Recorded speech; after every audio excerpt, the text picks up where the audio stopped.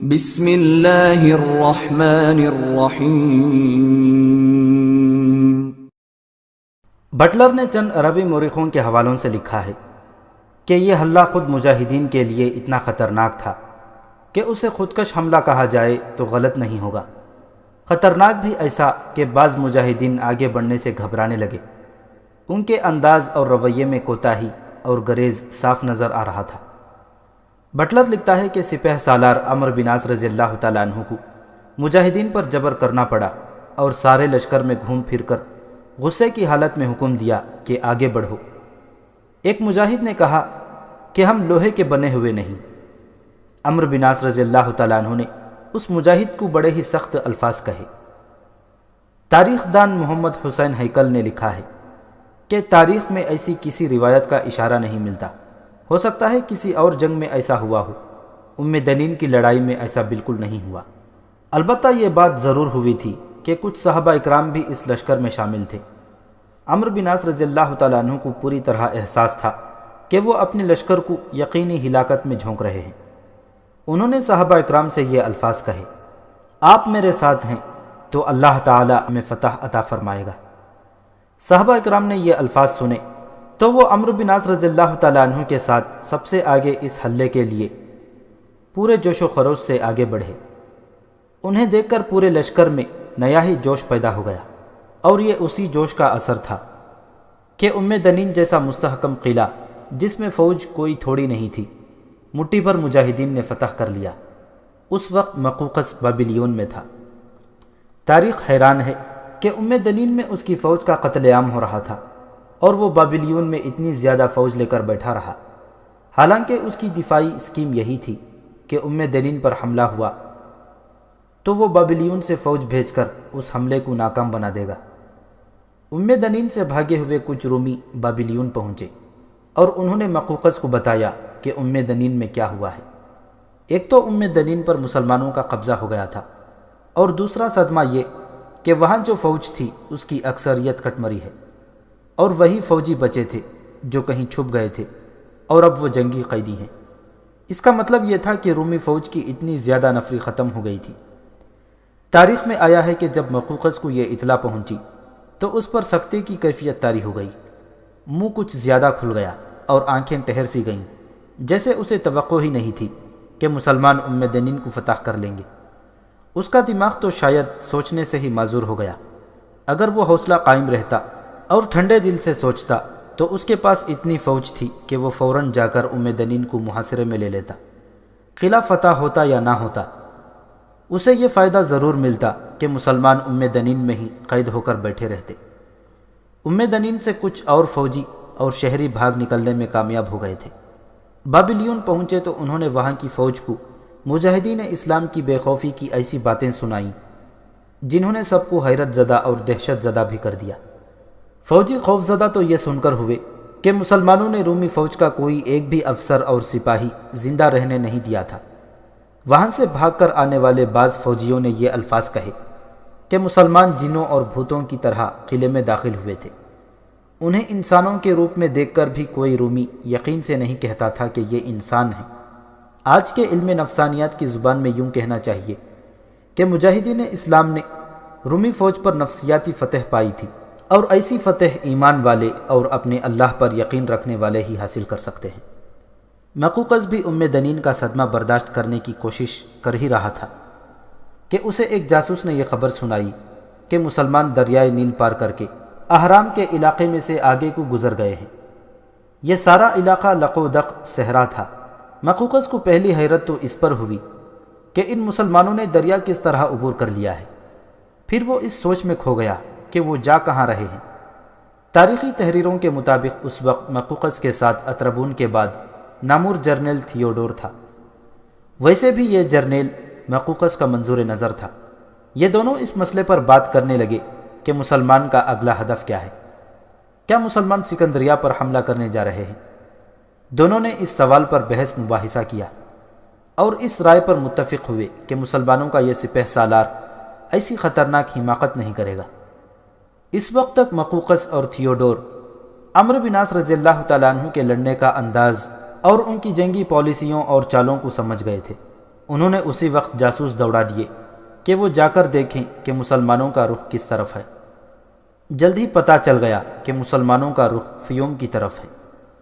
حقیقت بھی یہی تھی کہ عمرو بن عاص رضی اللہ تعالیٰ عنہ کا اگلا ہدف فیوم تھا۔ فیوم ایک بڑی بستی بھی تھی اور اس علاقے کو فیوم ہی کہتے تھے۔ وہ تھا تو صحرا، لیکن اناج اور مویشیوں کی وہاں کوئی کمی نہیں تھی۔ عمرو بن عاص رضی اللہ تعالیٰ عنہ کو اپنے لشکر کے لیے رسد اور گوشت کی ضرورت تھی۔ مسلمانوں کا نیل کو عبور کر جانا مقوقس کے لیے باعث حیرت تھا۔ یہ مسلمانوں کی مستعدی اور چابک دستی کی ایک واضح مثال تھی۔ انہوں نے دنین فتح کیا تو 2 یا 3 دن شہر کا نظام بحال کرنے میں گزارے اور لشکر کو ذرا سا بھی سستانے نہ دیا۔ دنین ایک دریائی گھاٹ تھی جسے بعض نے پتن لکھا ہے اور بعض مورخوں نے بندرگاہ کہا ہے۔ اس بندرگاہ پر بہت سے چھوٹے اور درمیانہ درجے بادبانی جہاز کھڑے تھے اور چھوٹی بڑی کشتیوں کا تو کوئی شمار ہی نہ تھا۔ دنین کی لڑائی ابھی ختم نہیں ہوئی تھی جب عمرو بن عاص رضی اللہ تعالیٰ عنہ نے مجاہدین کا ایک چھوٹا سا دستہ بندرگاہ پر بھیج دیا کہ وہاں سے کوئی جہاز اور کوئی کشتی نکل نہ جائے اور اس کے ملاح وہاں موجود رہیں۔ اس طرح انہوں نے کشتیوں اور جہازوں کے پورے بیڑے پر قبضہ کر لیا تھا۔ 2 ہی دنوں بعد لشکر کو آرام کی مہلت دیے بغیر عمرو بن عاص رضی اللہ تعالیٰ عنہ نے مکمل خاموشی سے رات کے وقت کشتیوں اور جہازوں میں سوار کیا اور نیل پار کر لیا۔ جہاز اور کشتیاں اسی کنارے پر لنگر انداز رہیں۔ ادھر جاسوسوں نے مقوقس کو صحیح خبر دے دی کہ مسلمان فیوم کے علاقے میں جا رہے ہیں۔ مقوقس نے یہ دفاعی انتظام کیا کہ کچھ دستے اس علاقے میں بھیج دیے۔ وہ صحرا ہموار یا میدانی قسم کا نہیں تھا، اس میں گہرے اور وسیع نشیب تھے، ٹیلے اور گھاٹیاں بھی تھیں، اور اس طرح چھپنے کا بہترین قدرتی انتظام تھا کہ چھاپا مار بڑی آسانی سے گھات لگا سکتے تھے۔ مقوقس نے اپنے دستے بھیج تو دیے، لیکن انہیں سختی سے کہا کہ مسلمانوں کے آمنے سامنے صحرا میں نہ آنا، کیونکہ صحرا کی لڑائی میں مسلمانوں کو شکست نہیں دی جا سکتی۔ مقوقس کے یہ الفاظ تھے کہ عرب کے مسلمان ریگستان کی پیداوار ہیں، اور جہاں کہیں یہ کسی ریگستان میں چلے جاتے ہیں وہاں ان کی جسمانی اور روحانی قوتیں پوری طرح بیدار ہو جاتی ہیں۔ مجاہدین کے لشکر کے ساتھ مصری بدو بھی تھے۔ پہلے بیان ہو چکا ہے کہ یہ جب مجاہدین کے لشکر میں آئے تھے تو ان سے یہ کام لیا گیا تھا کہ بستیوں کی طرف چلے جائیں اور چھاپا ماریں اور شبخون مار کر اناج اور مویشی اکٹھے کریں اور وہ لشکر کے لیے لائیں۔ ان بدوؤں نے بڑی خوش اسلوبی اور بڑی کامیابی سے یہ کام کیا تھا۔ انہوں نے لشکر کے لیے اور اپنے لیے خوراک کی کوئی کمی رہنے نہیں دی تھی۔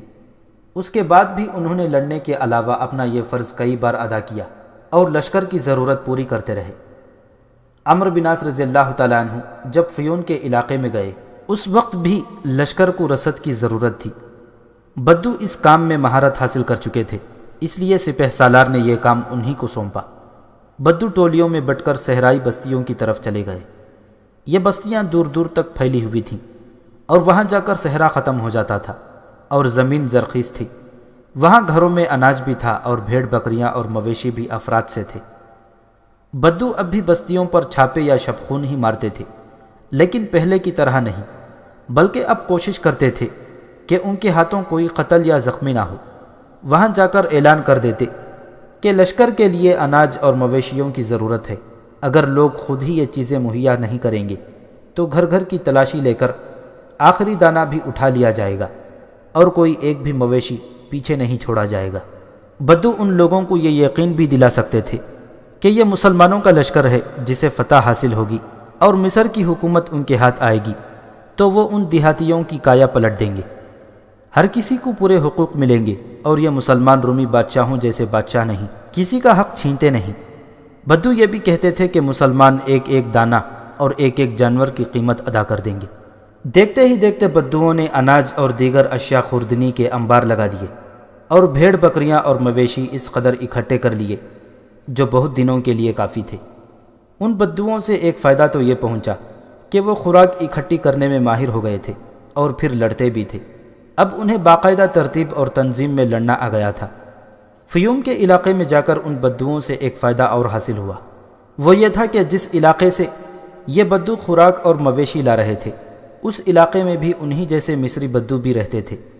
چونکہ یہ ایک ہی نسل کے تھے اس لیے یہ ایک دوسرے کو اپنا دشمن نہیں سمجھتے تھے۔ بدوؤں کی ایک چھاپا مار ٹولی کسی بستی میں گئی تو وہاں کچھ بدو رہتے تھے۔ انہوں نے ان بدوؤں سے پوچھا کہ وہ کیوں یہ ڈاکہ زنی کر رہے ہیں۔ لشکر والے بدوؤں نے انہیں تفصیل سے بتایا کہ وہ ڈاکو نہیں بلکہ عرب کے مسلمانوں کے ساتھ مل گئے ہیں اور یہ مسلمان مصر کو فتح کر لیں گے۔ چونکہ تم بھی ہم جیسے بدو ہو اس لیے ہم تمہیں خبردار کرنا اپنا فرض سمجھتے ہیں۔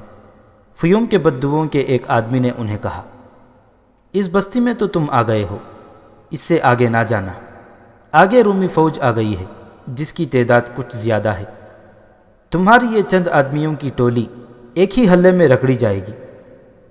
عمرو بن عاص رضی اللہ تعالیٰ عنہ کے لشکر کے بدوؤں نے ان بدوؤں سے پوری تفصیل معلوم کر لی کہ رومی فوج یہاں سے کتنی دور ہے اور وہ آگے بڑھ رہی ہے یا اس کا انداز کیا ہے۔ یہ معلومات لے کر ان بدوؤں نے سپہ سالار عمرو بن عاص رضی اللہ تعالیٰ عنہ کو بتایا۔ عمرو بن عاص رومی فوج کی آمد سے بالکل ہی بے خبر تھے۔ اس علاقے میں انہوں نے اپنا کوئی ایک بھی جاسوس نہیں بھیجا تھا، کیونکہ انہیں توقع ہی نہیں تھی کہ رومی فوج اس طرف آئے گی۔ اب انہیں فوج کی اطلاع ملی تو انہوں نے لشکر کو وہیں سے واپسی کا حکم دے دیا۔ وہ اس رومی فوج سے ٹکر لینا ہی نہیں چاہتے تھے کیونکہ یہ بے مقصد لڑائی ہوتی۔ یہی طاقت عمرو بن عاص رضی اللہ تعالیٰ عنہ کسی قلعہ بند شہر پر استعمال کرنا زیادہ بہتر اور سودمند سمجھتے تھے۔ پھر یوں ہوا کہ مجاہدین کا لشکر ایک جگہ عارضی پڑاؤ کیے ہوئے تھا جو ضروری سمجھا گیا۔ 2-3 بدو اس پڑاؤ کے قریب سے گزرے۔ انہوں نے مجاہدین کے لشکر کے ساتھ بدو دیکھے تو وہ بھی رک گئے۔ لشکر والے بدو انہیں مہمان کے طور پر پڑاؤ میں لے گئے اور ان کی کچھ خاطر مدارات کی۔ ان بدوؤں نے بھی پوچھا کہ یہ لشکر کس کا ہے اور وہ یعنی بدو اس کے ساتھ کیوں ہیں۔ لشکر والے بدوؤں نے انہیں وہی تفصیل سنا دی جو وہ پہلے ایک بستی میں بدوؤں کو سنا چکے تھے۔ ایک بات غور سے سن لو، ایک بدو مہمان نے کہا، رومی فوج کا ایک زیادہ نفری والا دستہ تمہاری طرف آ رہا ہے۔ ہم نے خود دیکھا ہے کہ وہ سیدھا نہیں آ رہا بلکہ صحرا کی گہرائیوں میں چھپتا چھپاتا اور لمبے چوڑے ٹیلوں کی اوٹ کے پیچھے پیچھے بڑھا آ رہا ہے تاکہ تمہارے لشکر پر بے خبری میں حملہ کر سکے۔ لشکر کے بدو ان بدو مہمانوں کو ایک سالار کے پاس لے گئے جس نے ان بدوؤں سے رومی فوج کے اس دستے کے متعلق تفصیلات معلوم کی۔ انہوں نے یہاں تک بتا دیا کہ اس دستے کے ساتھ ایک جرنیل ہے جس کا نام حنا ہے اور وہ علاقے کا مشہور جرنیل ہے اور لوگ اس سے بہت ڈرتے ہیں۔ سالار نے یہ اطلاع پوری تفصیل سے سپہ سالار عمرو بن عاص رضی اللہ تعالیٰ عنہ تک پہنچائی۔ عمرو بن عاص رضی اللہ تعالیٰ عنہ نے اسی وقت لشکر کو واپسی کے لیے کوچ کا حکم دے دیا، لیکن لشکر کا ایک دستہ الگ کر لیا، اسے ایک سالار کی قیادت میں دے کر کچھ خصوصی ہدایات دیں۔ باقی لشکر واپسی کو روانہ ہو گیا اور یہ الگ کیا ہوا دستہ اس طرف چلا گیا جس طرف بدوؤں نے بتایا تھا کہ رومی دستہ چھپ چھپ کر آ رہا ہے۔ اس مسلمان دستے نے ایک خاص چھپاؤ والی جگہ جا گھات لگائی۔ سارا دستہ ایک ہی جگہ اکٹھا نہ رہا بلکہ 3-4 حصوں میں بٹ کر ٹیلوں اور گہرے گہرے نشیبوں میں چھپ گیا۔ رومی دستہ جس کی نفری مسلمانوں کے دستے سے دگنی تھی اس طرف آ رہا تھا اور اس سے بے خبر کہ وہ ایک پھندے میں آ رہا ہے۔ سورج غروب ہونے سے کچھ دیر پہلے رومی دستہ عین گھات میں آ گیا اور اس پر ہر طرف سے قیامت ٹوٹ پڑی۔ پیشتر اس کے کہ رومی جرنیل حنا سمجھ پاتا کہ یہ کیا ہوا ہے، وہ مارا جا چکا تھا۔ اس کے دستے کا کوئی ایک بھی فرد مجاہدین نے زندہ نہ چھوڑا۔ وہ جو مجاہدین پر بے خبری میں شب خون مارنا چاہتے تھے مجاہدین کی گھات میں آ کر مارے گئے اور فیوم کے صحرا کی ریت ان کا خون چوسنے لگی۔ کسی قریبی بستی کے مکینوں نے بابلیون جا کر مقوقس کو اطلاع دی کہ اس کا بھیجا ہوا دستہ مارا گیا ہے اور جرنیل حنا بھی زندہ نہیں رہا۔ مقوقس کے پاؤں تلے سے تو جیسے زمین ہی نکل گئی ہو۔ اسے معلوم تھا کہ ہرقل حنا کی موت کو مشکل سے ہی برداشت کرے گا کیونکہ حنا اطربون جیسا ہی قابل اور قایان جرنیل تھا۔ مقوقس کو یہ بھی معلوم تھا کہ جب ہرقل کو بزنطیہ حنا کی موت کی اطلاع ملی تو وہ پہلا سوال یہ کرے گا کہ اس کے جواب میں کیا کارروائی کی گئی تھی۔ ہرقل کے عتاب سے بچنے کے لیے مقوقس نے مجاہدین کے لشکر پر جوابی حملہ کرنے کے لیے اچھی خاصی فوج بھیج دی۔ یہ فوج جب اس مقام تک پہنچی جہاں حنا اور اس کا دستہ مارا گیا تھا تو دیکھا کہ مسلمانوں کا لشکر دور نکل گیا تھا اور نیل کے کنارے پر جا پہنچا۔ تاریخ میں اس رومی جرنیل کا نام نہیں ملتا جو اس رومی فوج کا کمانڈر تھا۔ اس نے دیکھا کہ مسلمان دور نکل گئے ہیں تو وہ اپنی فوج کو وہیں سے واپس لے گیا۔ مورخوں نے لکھا ہے کہ رومی مسلمانوں سے صحرا میں لڑنے سے ڈرتے تھے، ان کے سامنے شام کا تجربہ تھا۔ یہ جرنیل اسی ڈر سے اپنی فوج واپس لے گیا تھا، لیکن مقوقس کو یہ جواز پیش کیا کہ مسلمان اسے دیکھتے ہی بھاگ اٹھے تھے اور نیل تک جا پہنچے۔ تاریخ میں آیا ہے کہ حقیقت یہ تھی کہ یہ جرنیل اور باقی فوج بھی بہت خوش تھے کہ صحرا میں مسلمانوں سے ٹکر نہ ہوئی اور وہ زندہ واپس آ گئے ہیں۔ مستند مورخ اور بعد کے تاریخ نویس لکھتے ہیں کہ اصل واقعہ یہ تھا کہ عمرو بن عاص رضی اللہ تعالیٰ عنہ وہاں لڑنا ہی نہیں چاہتے تھے اور ذرا سا بھی وقت ضائع کیے بغیر نیل کے مشرقی کنارے پر دنین تک پہنچنے کی فکر میں تھے۔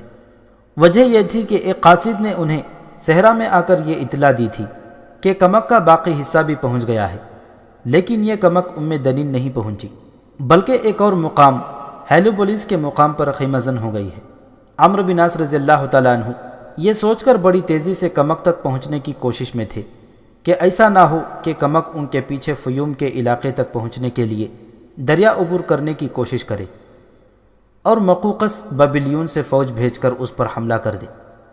مقوقس کی کوشش یہی ہونی چاہیے تھی کہ کمک لشکر تک نہ پہنچ سکے۔ عمرو بن عاص رضی اللہ تعالیٰ عنہ دور اندیش اور باریک بین سپہ سالار تھے۔ پیشتر اس کے کہ کمک ان کی طرف روانہ ہوتی، وہ کمک تک پہنچنے کی کوشش میں تھے۔ رومی کمک پر حملہ کر دیتے تو صورتحال بڑی ہی مخدوش ہو جاتی۔ بحری جہاز اور کشتیاں نیل کے مغربی کنارے پر موجود تھیں۔ عمرو بن عاص رضی اللہ تعالیٰ عنہ نے لشکر کو ان پر سوار کیا اور پورا لشکر خیر و عافیت سے دریا پار کر گیا۔ عمرو بن عاص رضی اللہ تعالیٰ عنہ دنین جانے کے بجائے ہیلیوپولیس جا پہنچے اور کمک سے مل گئے۔ اس کمک کے سپہ سالار زبیر بن العوام رضی اللہ تعالیٰ عنہ تھے، جن کا تفصیلی ذکر پہلے آ چکا ہے۔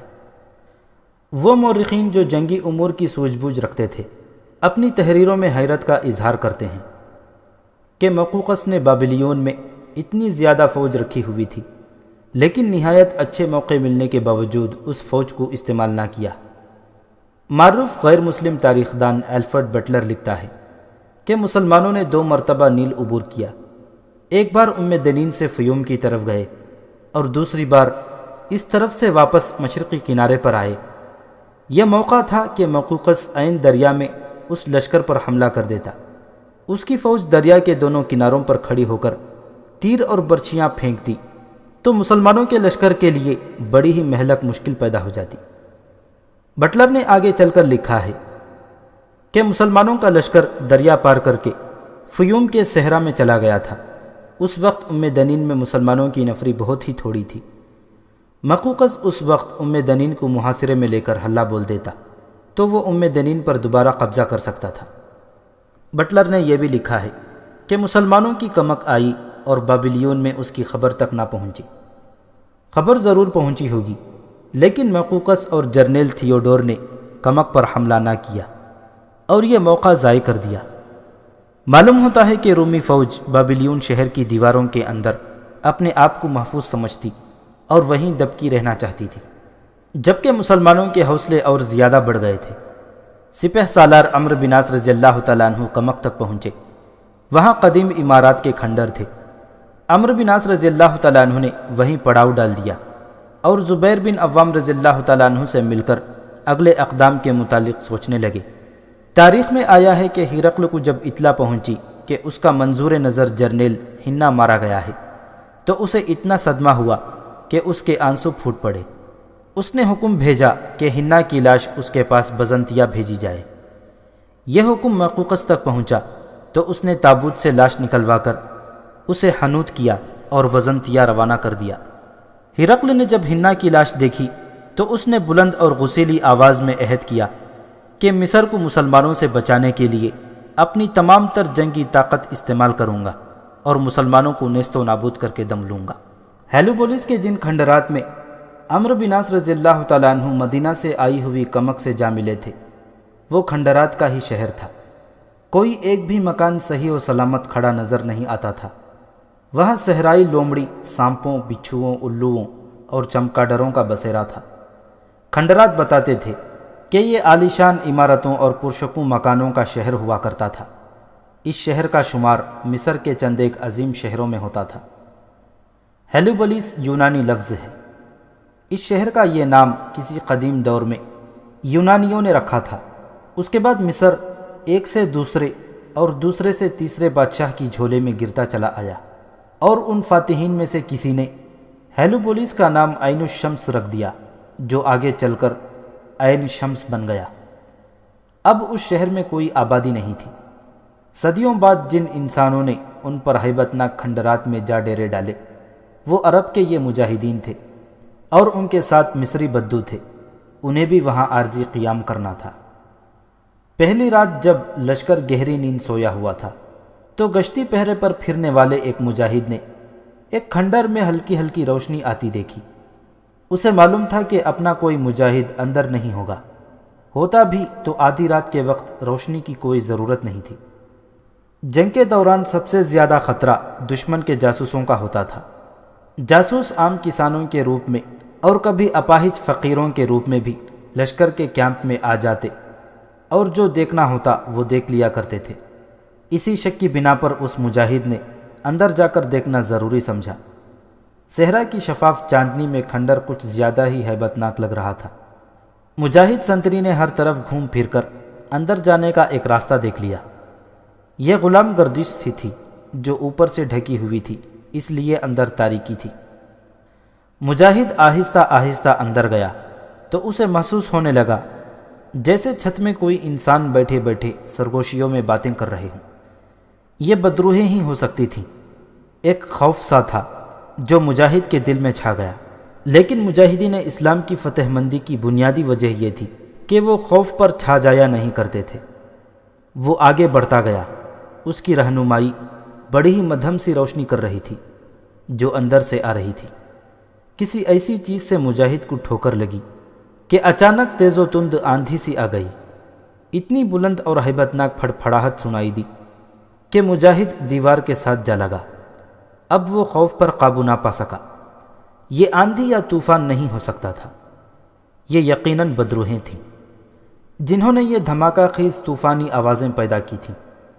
مجاہد نے ہوا کے جھونکے بھی محسوس کیے۔ اس نے باہر کی طرف دیکھا تو اسے پتا چلا کہ یہ تو بڑے پروں والے چمگادڑ ہیں جو چھت اور دیواروں کے ساتھ چپکے ہوئے تھے، اور یہ ان کا مسکن ہے۔ ان کے پروں نے اتنی ہوا دی تھی کہ مجاہد اسے طوفانی ہوا کے تھپیڑے سمجھ رہا تھا۔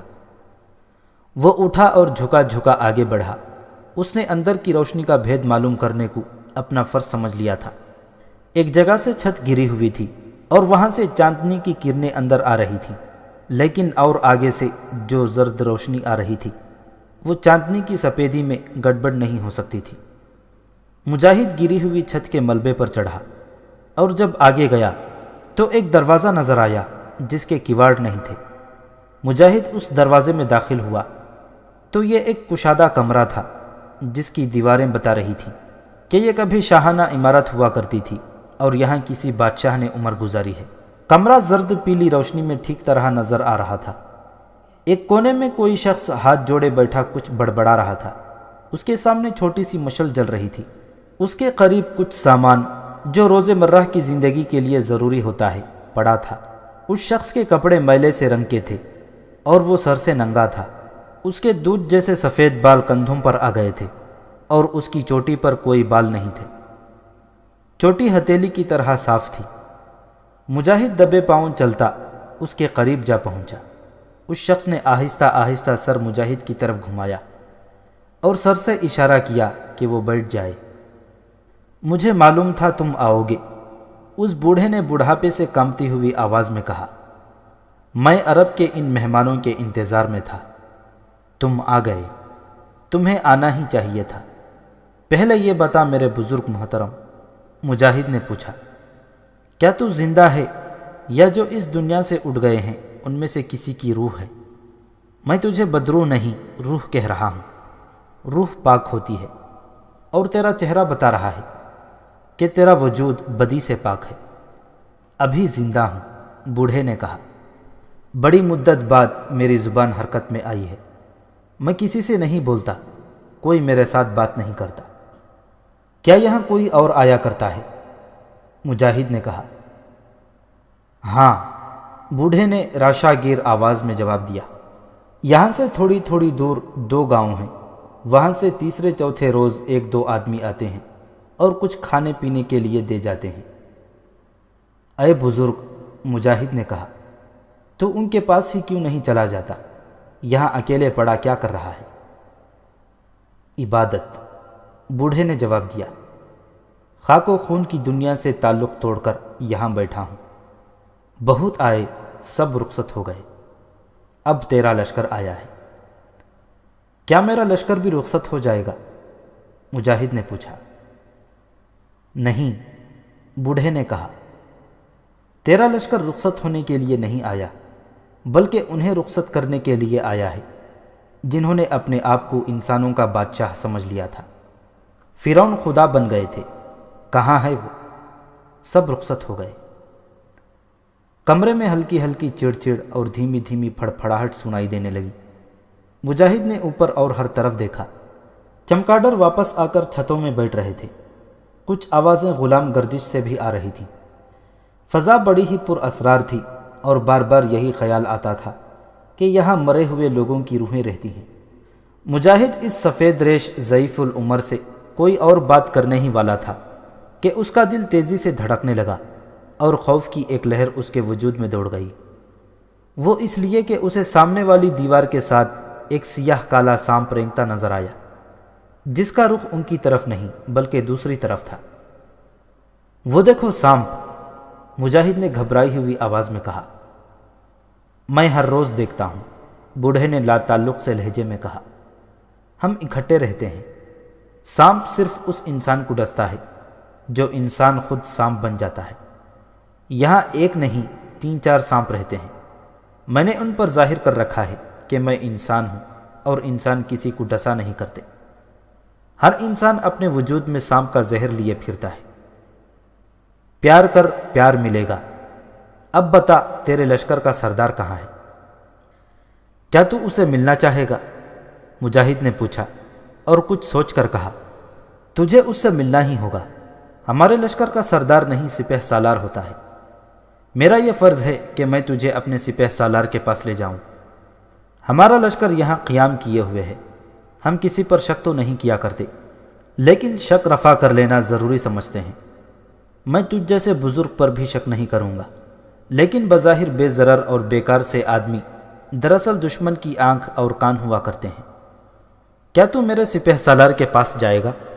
میری ایک بات سمجھنے کی کوشش کر بیٹا، بوڑھے نے کہا۔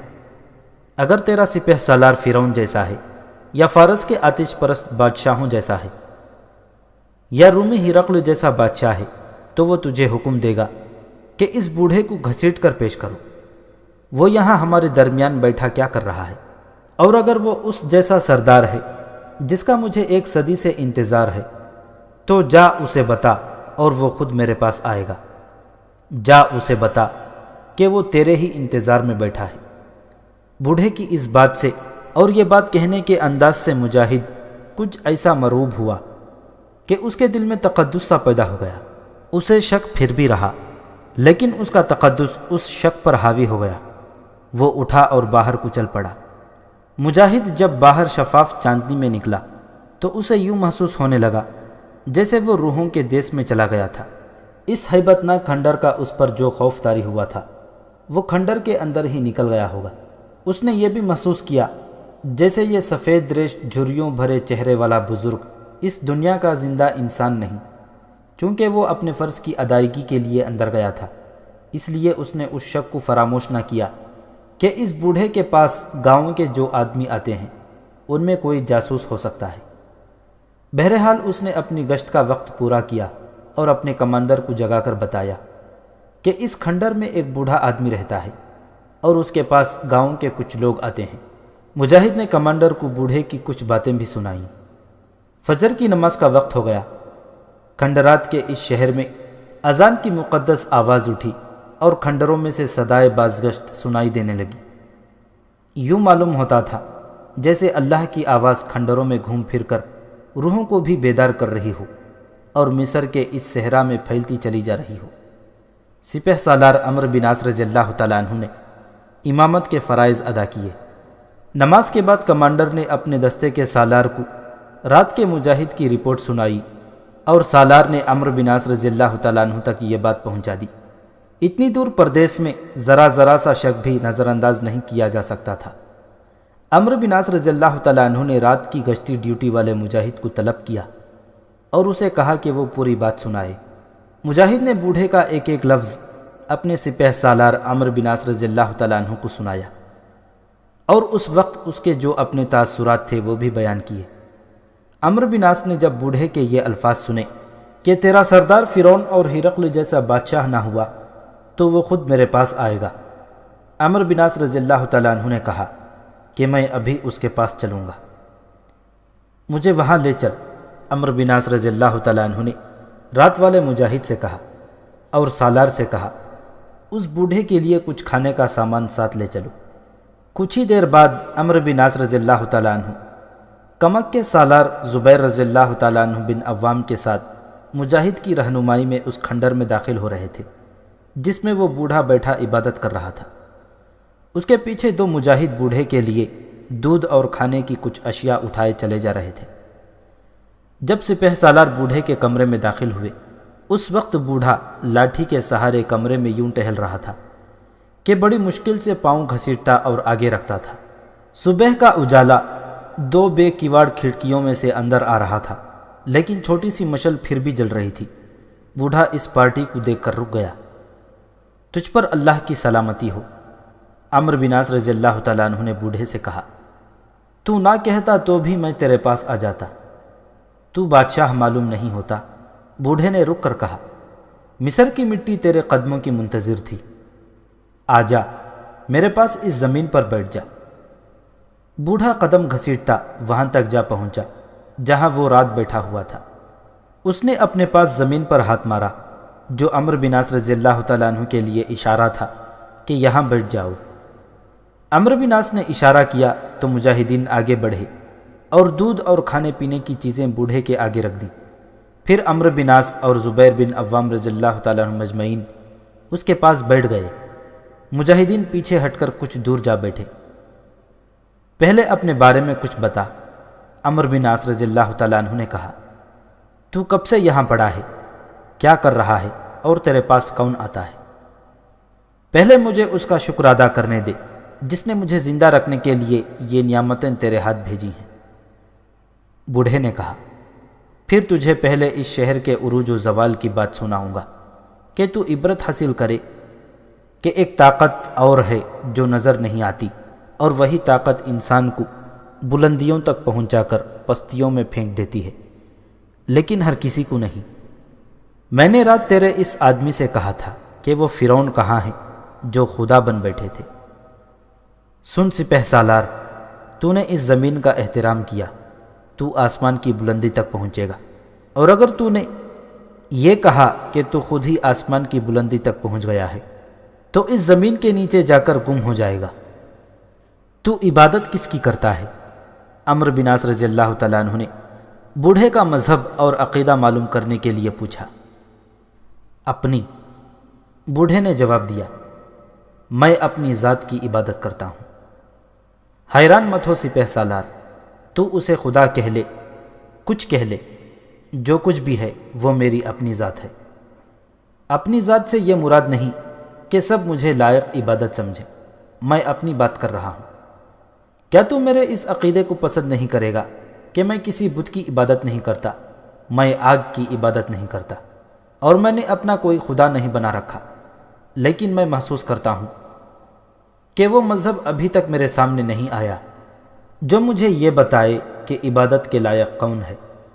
اتنا جانتا ہوں کہ وہ خدا ہے یا جو کوئی بھی ہے وہ بندوں کو نظر نہیں آتا، نظر آنا بھی نہیں چاہیے۔ مجھ سے سن وہ کون ہے؟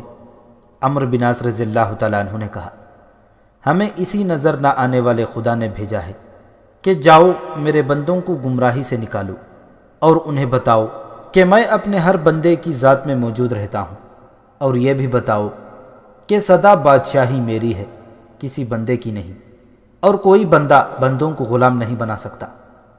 یقین ہو چلا ہے کہ میں تیرے ہی انتظار میں زندہ ہوں۔ بوڑھے نے کہا، میں نہیں، مصر کی مٹی تیرے انتظار میں تھی، لیکن مت سوچنا کہ تیری ذات کا انتظار تھا۔ اپنے آپ کو اس خدا کا قاصد سمجھ، اور اس نے جو پیغام دے کر تجھے بھیجا ہے اس پر دھیان رکھ، اور گمان میں نہ رہنا کہ اب کوئی موسیٰ نہیں آئے گا۔ فرعون کو موسیٰ نے نیل میں ڈبو دیا تھا، فرعون کو نہیں بلکہ فرعونیت کو۔ اپنے آپ کو موسیٰ سمجھ کہ مصر سے فرعونیت ابھی گئی نہیں۔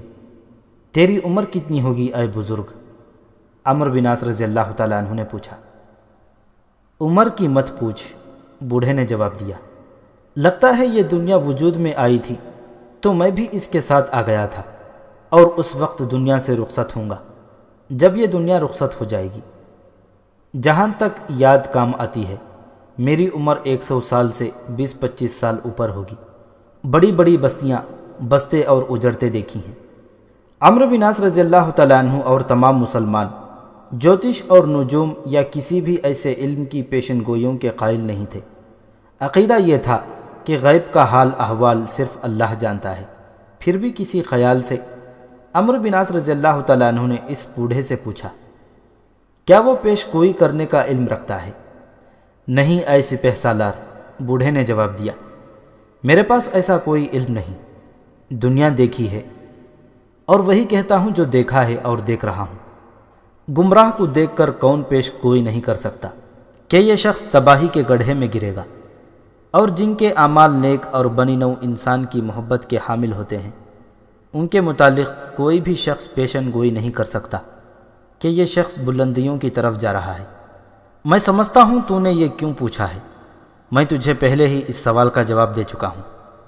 تیرا یہاں میرے پاس آنا اور اس مٹی پر میرے ساتھ بیٹھنا اس امر کی دلیل ہے کہ فتح تیری ہوگی، اور تو نے اسے اپنی ذاتی فتح سمجھ کر خود ہی انعام حاصل کرنے کی کوشش کی، تو پھر پیش گوئی الٹ ہو جائے گی۔